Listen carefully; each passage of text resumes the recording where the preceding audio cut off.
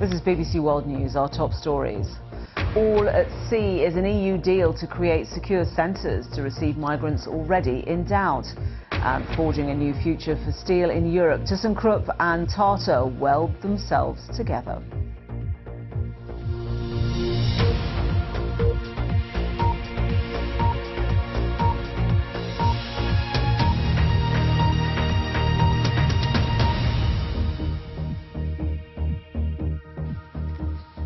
Hello, welcome to BBC World News.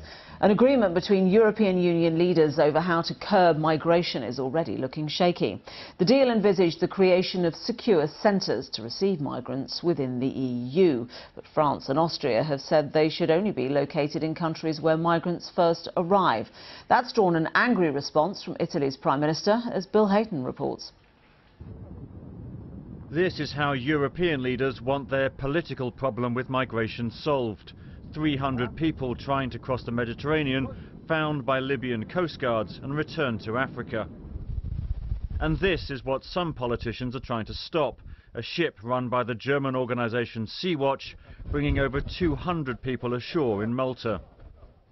They were picked up in the middle of the sea, and that, say the governments of Italy and Malta, is encouraging more migrants to attempt the dangerous crossing.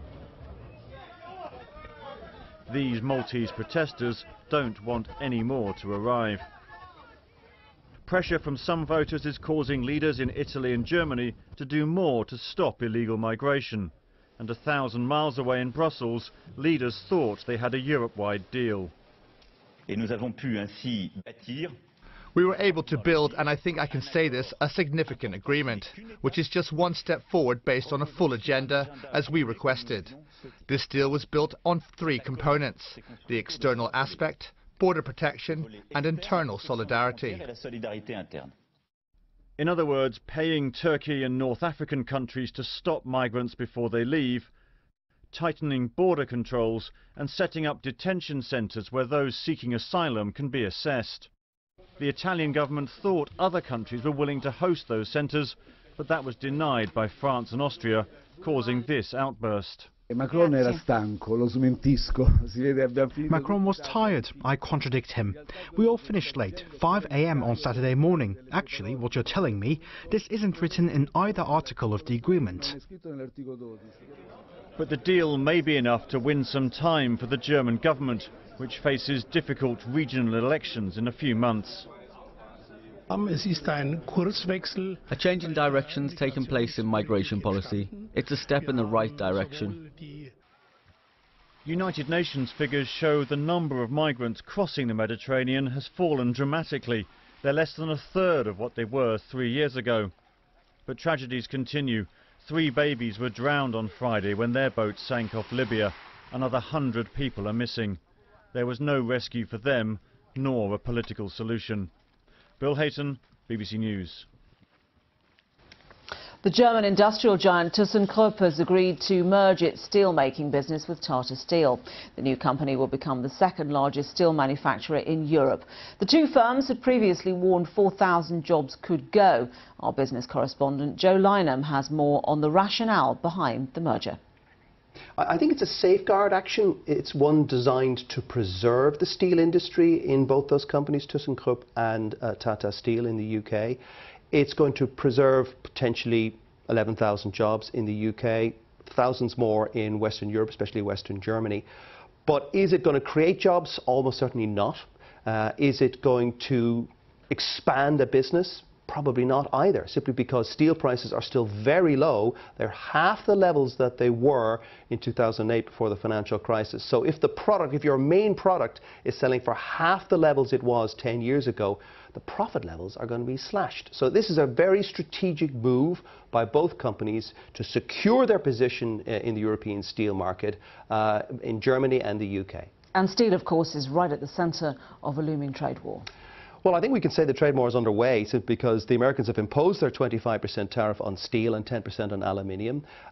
The retaliation has started from the Canadians and the Europeans, and now we're talking maybe a new round of tariffs from the Americans on European-made cars. The key component of cars is, of course, steel and aluminium. So yes, steel is really at the heart of what is going on in the global economy at the moment. And if you are being asked to pay a quarter on top of your sale price in the US, which is a major, major market, that is going to affect your business. I think that this is a safeguard action, as I said, and I think it will preserve and protect rather than advance this deal. It's a very significant deal for the sector, isn't it? It is, because it makes the second largest player in Europe. That's assuming that the European Commission doesn't block it on antitrust rules, but assuming it passes it, because ArcelorMittal is already bigger. That's the Luxembourg-based company. They are officially bigger than the merged entity of Tata Steel and ThyssenKrupp. It does make it a second significant player in the industry. It's cross-border. It's going to be based, for legal terms, in the Netherlands. It's a German company merging with an Indian-owned British company predominantly based in Wales. How about international is that? Joe Lynham. Canada has responded to President Trump's tariffs on steel with retaliatory duties on more than $12 billion worth of American goods. The Canadian tariffs, which come into effect on Sunday, target US steel, aluminium and consumer goods, which are made in key political battleground states. Canada's foreign minister says US tariffs left Canada no choice but to respond.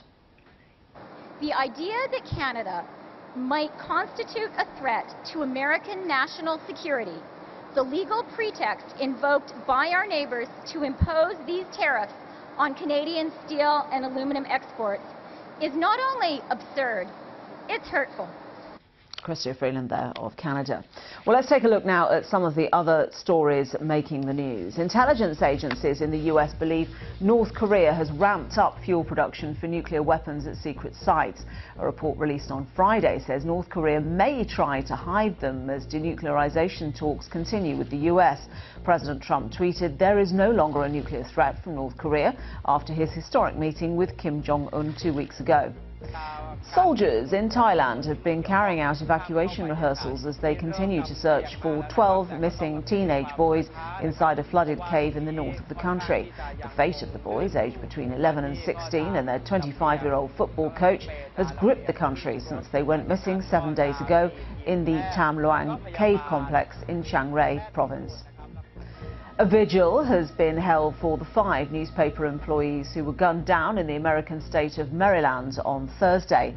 The accused gunman, 38-year-old Jared Ramos, has been charged with multiple murders and denied bail. He had a long-running grudge with the newspaper. The Capital Gazette's Friday edition kept one page blank in honour of those killed.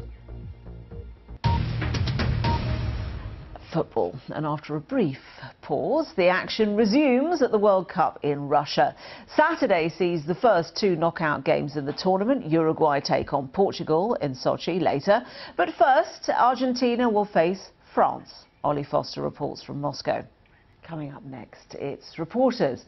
Do stay with BBC World News.